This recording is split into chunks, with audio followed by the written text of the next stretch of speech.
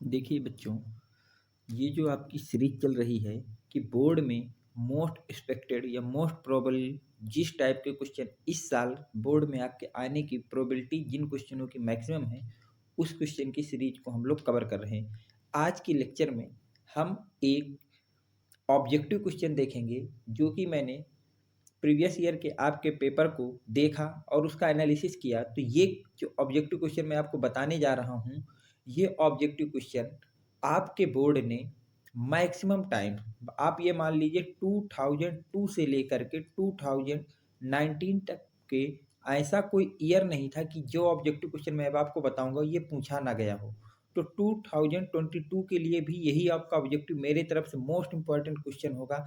अगर कोई मुझसे पूछता है कि पूरी फिजिक्स में, क्लास 10 की पूरी फिजिक्स में आप सबसे ज़्यादा इंपॉर्टेंट क्वेश्चन एक आप मुझको बताइए कौन सा होगा, तो मैं इस ऑब्जेक्टिव क्वेश्चन को उसमें से सिलेक्ट करूंगा कि ये आपका सबसे ज़्यादा इंपॉर्टेंट क्वेश्चन है। ठीक है, वो क्वेश्चन क्या है उसको पढ़ने से पहले आप सबसे पहले इस चैनल को सब्सक्राइब करेंगे और शेयर करेंगे। इतना काम करने के बाद पूरी ईमानदारी से आप इस काम को करेंगे। इसके बाद मैं आपको वो क्वेश्चन देने जा रहा हूँ जो क्वेश्चन इस साल बोर्ड में आपके 100% श्योर हूँ, और अगर नहीं आता है तो आप मुझको जब पेपर दे के आइएगा तब आप कमेंट पे लिख दीजिएगा कि सर आपने जो क्वेश्चन हमको बताया था वो क्वेश्चन हमारे बोर्ड में नहीं पूछा गया है। ठीक है, इस क्वेश्चन की मैं 100% श्योर हूँ। तो वो क्वेश्चन कौन सा है, देखिए पहले मैं क्वेश्चन लिखता हूँ, फिर उसका आंसर दूंगा। क्वेश्चन जो सबसे ज़्यादा इंपॉर्टेंट क्वेश्चन है वो ये पूछा गया था। देखिए, वो आपका क्वेश्चन ये है कि the unit of the unit of electric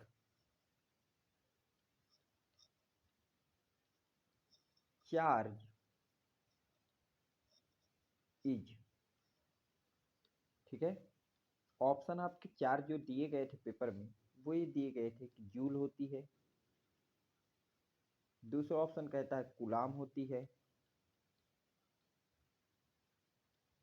तीसरा ऑप्शन कहता है बोल्ट होती है, और अगला ऑप्शन आपका कहता है एम्पियर होती है।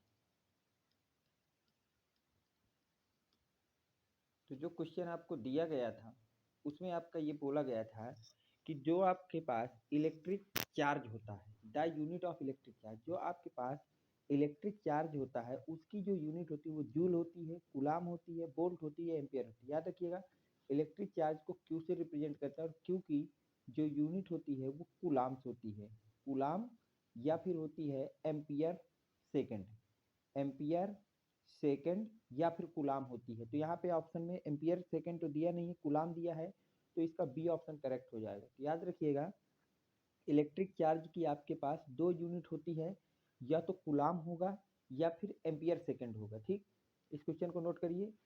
इसी के देखिए, जब आपका उसने चार्ज की उल्टा यूनिट दे दी थी एम्पियर सेकंड, बच्चों को क्या होता है बहुत कम पता होता है, क्योंकि बच्चों ने चार्ज की केवल एक ही यूनिट उनको पढ़ाई जाती है बचपन से, कूलाम कूलाम कूलाम, तो कूलाम रखे होते हैं, और एम्पियर सेकंड किसकी यूनिट है ये उनको नहीं पता होता है।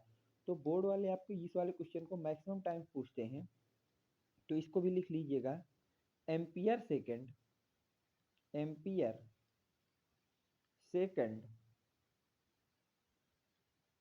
Is the unit of. अब आपसे पूछा गया है कि जो एम्पियर सेकंड है वो किसकी यूनिट है, यूनिट ऑफ। आपके चार ऑप्शन इस तरह से दिए गए हैं। ऑप्शन ए में बोला गया है इलेक्ट्रिक एनर्जी की है, इलेक्ट्रिकल एनर्जी का है। अगला ऑप्शन कहता है ईएमएफ का है। अगला ऑप्शन कहता है चार्ज की होती है, और अगला ऑप्शन कहता है करंट की होती है।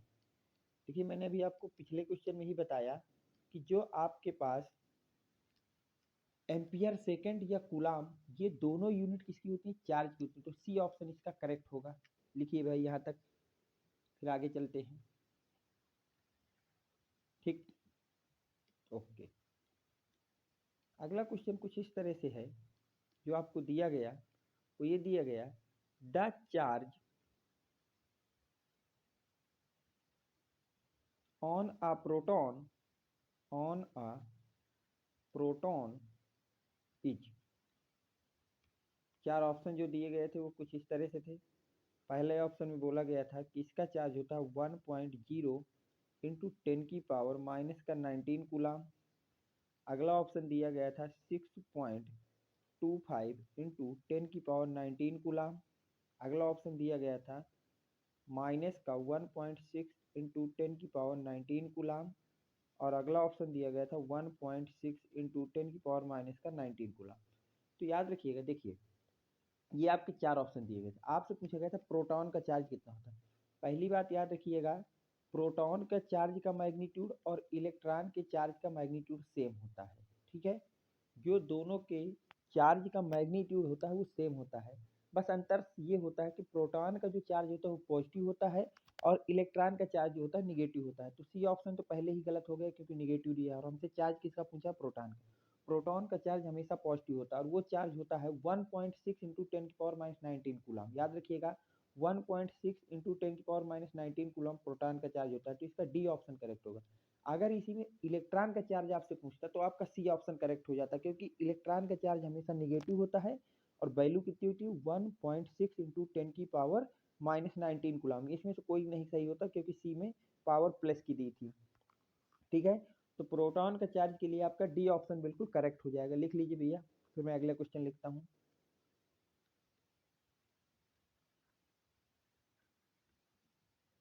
चार्ज ऑन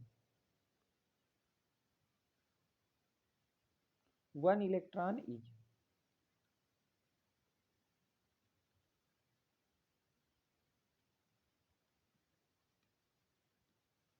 देखिए अब आपसे पूछा गया है कि वन इलेक्ट्रॉन का चार्ज कितना होता है। चार ऑप्शन जो आपके दिए हैं वो ये दिए हैं, माइनस का 9.1 इंटू 10⁻⁻19 कूलाम। बी ऑप्शन कहता है माइनस का 1.6 इंटू 10⁻⁻19 कूलाम। सी ऑप्शन कहता है 9.1 इंटू 10⁻⁻19 कूलाम। और डी ऑप्शन कहता है 1.6 इंटू 10⁻⁻19 कूलाम। ठीक है, मैंने अभी आपको बताया कि ऐसे क्वेश्चनों को ट्रैक करना है तो सबसे पहले याद रखिएगा कि इलेक्ट्रॉन का चार्ज निगेटिव होता है। तो प्लस वाले तो सी ऑप्शन और डी ऑप्शन अपने आप गलत हो गए। अब बचा सी ऑप्शन। मैंने बताया प्रोटॉन का चार्ज और इलेक्ट्रॉन का चार्ज सेम होता है, केवल उनमें साइन का अंतर होता है। प्रोटॉन का चार्ज प्लस में होता है और इलेक्ट्रॉन का चार्ज माइनस में होता है। तो इलेक्ट्रॉन का चार्ज याद रखिएगा हमेशा होता है 1.6 इंटू 10⁻⁻19 कूलम। तो इसका बी ऑप्शन करेक्ट हो जाएगा। ठीक है, अगर इन चार क्वेश्चनों में से किसी भी क्वेश्चन पे आपको किसी भी तरह का डाउट है या समझ में नहीं आया तो आप कमेंट बॉक्स में लिख देंगे, उनका आंसर देने की मैं पूरी कोशिश करूंगा।